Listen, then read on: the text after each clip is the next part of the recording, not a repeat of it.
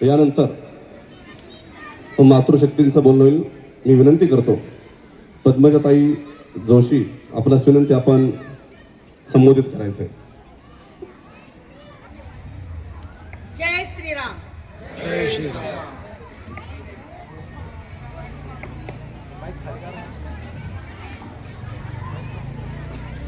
भारत माता की जय.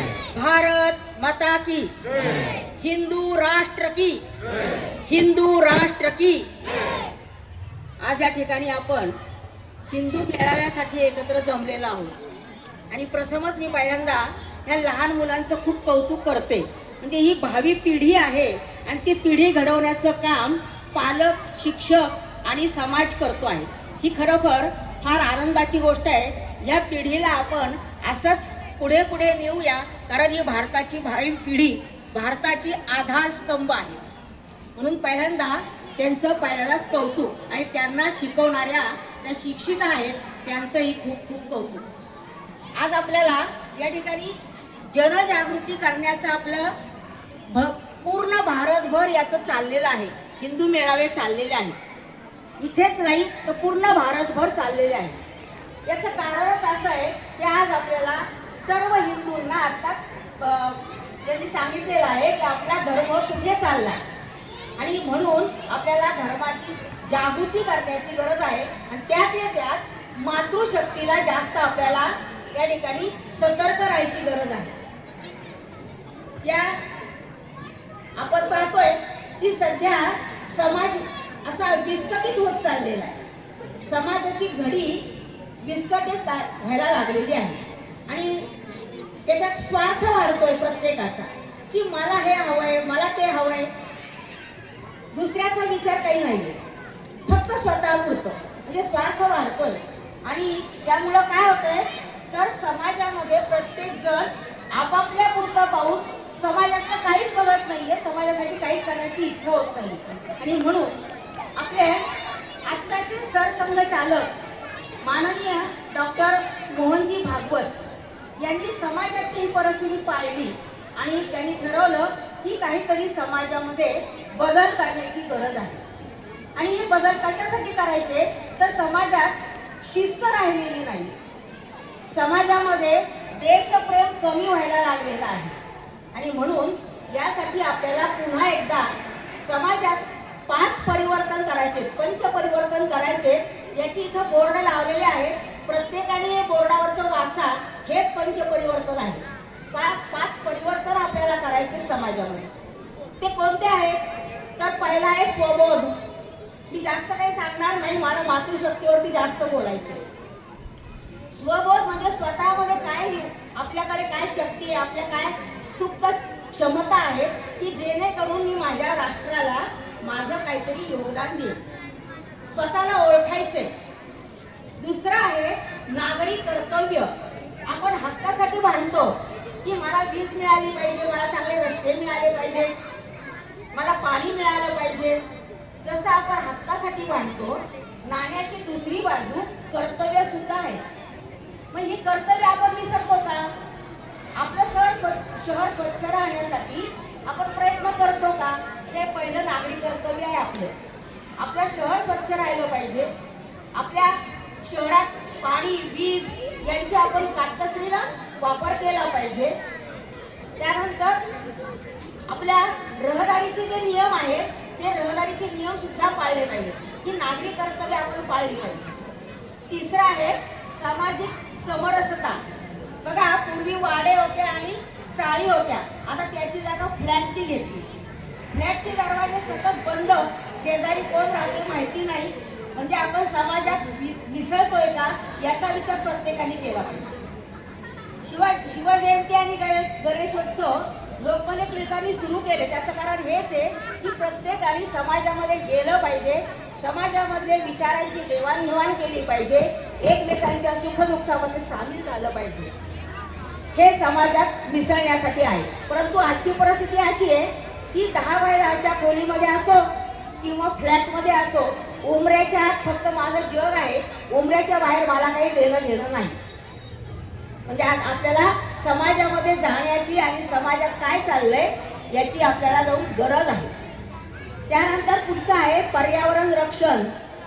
आज फार मोठी समस्या आहे. काही दिवसांनी असं होईल की सगळी झाडं तोडली तर आपल्याला ऑक्सिजनचे सिलेंडर गळ्यात बांधून फिरावं लागेल. पुढच्या पिढीचं फार अवघड आहे. त्यानंतर डोंगर पोखरून आपण रस्ते काढतोय. डोंगराचं सौंदर्य या ठिकाणी निसर्गाचं आपलं सौंदर्य नष्ट होतंय. जंगल तोड करतोय म्हणून जंगलाचे प्राणी आपल्याकडे यायला लागले, बिबटे आपल्याकडे यायला लागले. कारण काय? त्यांचा आधार आपण काढून घेतलाय. जंगल तोडल्यामुळे त्यांना राहायला जागा राहिली नाहीये म्हणून ते आपल्या वस्ती यायला लागले. पशु पक्षी राहिलेले नाही. चिमण्या आपण बघा, चिमण्यांची या सगळ्याची संख्या फार कमी आली. त्याचं कारण हेच आहे, झाडं तोडल्यामुळे त्यांना बसायला जागा नाहीये. मग हे आपल्याला काम आहे की आपण निदान दरवर्षी आपला वाढदिवस साजरा करण्यापेक्षा एक झाड लावलं, ते जगवलं आणि वाढवलं तर नक्कीच आपलं पर्यावरण रक्षण होईल. पर्यावरणाची या ठिकाणी आपल्याला काहीतरी गरज निर्माण करण्याची गरज आहे. चौथा आहे आपलं कुटुंब प्रबोधन. आता या ठिकाणी महाराजांनी सांगितलं की कुटुंब प्रबोधन या ठिकाणी आपल्याकडं परकीयांची खूप मोठी या ठिकाणी आपल्याकडं कॉपी चाललेली. म्हणजे परकीयांचा पगडा आपल्यावरती येतोय आणि त्याचा अंधानुकरण आपल्या कुटुंबामध्ये होतंय. म्हणून स्त्री शक्तीची या ठिकाणी खूप मोठी जबाबदारी आहे की आपलं कुटुंब कसं आहे, आपल्या कुटुंबात काय चाललंय हे डोळे उघडून पाहण्याची गरज आहे की जेणेकरून आपल्या कुटुंबामध्ये जे आचार विचार आहेत, आपले कुळाचार आहेत, हे सगळं आपण पाळतोय का, होतंय का. रोज निदान एक 5 मिनिटं बसून आपल्या घरात सगळ्यांनी मिळून प्रार्थना करायला पाहिजे. जेवताना सगळ्यांनी गप्पा मारत एकत्र जेवलं पाहिजे. संवाद साधला पाहिजे. हे आपल्याला कुटुंब प्रबोधनाचं आहे. पण हे 5 परिवर्तन जर करून आपण समाजामध्ये बदल घडवायचा आहे असं कोणजी यांनी सांगितलेलं आहे. आणि तेच आपलं काम आता चाललेलं आहे. तो बोर्ड लावलेले आहेत. त्यानंतर आपण या ठिकाणी संघ म्हणतोय. हा संघ स्थापन करायला डॉक्टर केशवराव हेडगेवार यांना अतिशय कष्ट सोसावे लागलेत. कारण तो काळ होता इंग्रज राजवटीचा. 1925 साली त्यांनी विचार करून दसऱ्याच्या शुभमुहूर्तावर संघाची स्थापना केली. आता 100 वर्षाचा संघ झालेला आहे. आणि त्यांचीच प्रेरणा घेऊन वंदनीय मावशी म्हणजेच वंदनीय लक्ष्मीबाई केळकर यांनी 11 वर्षानंतर दसऱ्याच्याच मुहूर्तावर 1936 साली समितीची स्थापना केली. आज आपल्याकडे संघ आणि समिती दोन्हीची कामं खूप सुंदर चाललेली आहेत.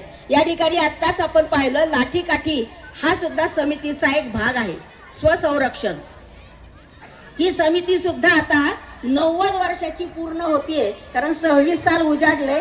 या 26 सालच्या दसऱ्याला समिती 90 पूर्ण करते. म्हणजे संघाने 100 वर्ष आणि समितीने 90 वर्ष पूर्ण केले. एवढं अखंड अविरत काम आपल्या समाजामध्ये या संघटनांचं चाललेलं आहे. इतक्या जुन्या संघटना आणि कुठलाही स्वार्थ न साधता फक्त देशासाठी करणाऱ्या अशा या 2 संघटना आहेत. या समितीमध्ये आम्ही जे आदर्श मांडलेले आहेत ते आपले आदर्श आहेत मातृप्रेमासाठी किंवा मातृत्वासाठी. शिवरायांनी ज्यांना घडवलं, हिंदवी स्वराज्याची स्थापना करणाऱ्या शिवरायांना घडवणाऱ्या ज्या जिजामाता आहेत त्या आमच्या मातृत्व म्हणून आमच्या आदर्श आहेत. त्यानंतर ढाल छातीशी पुत्र पाठीशी अशी रणांगणावर लढणारी रणरागिणी झाशीची राणी ही नेतृत्वासाठी आमच्याकडे आदर्श आहे. आणि तिसरा आदर्श कर्तृत्वासाठी पुण्यश्लोक अहिल्यादेवी होळकर यांनी स्वतःच्या खाजगी पैशातनं, खाजगी संपत्तीतनं असेतू हिमाचल म्हणजे काश्मीर पासून ते कन्याकुमारी पर्यंत आपल्या लोकोपयोगी अनेक कामं केली. आपल्याला माहिती आहे, नद्यांवरती घाट बांधले, धर्मशाळा बांधल्या, निरनिराळ्या मंदिरांची जीर्णोद्धार केले. हे सगळं म्हणजे या 3 शक्ती आहेत.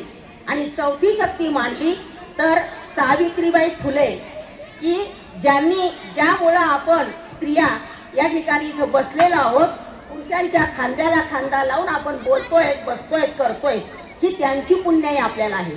ह्या 4 शक्ती आपल्या पाठीशी आहेत आणि त्यांचा आदर्श आपण आता पुढे चालवतो आहे.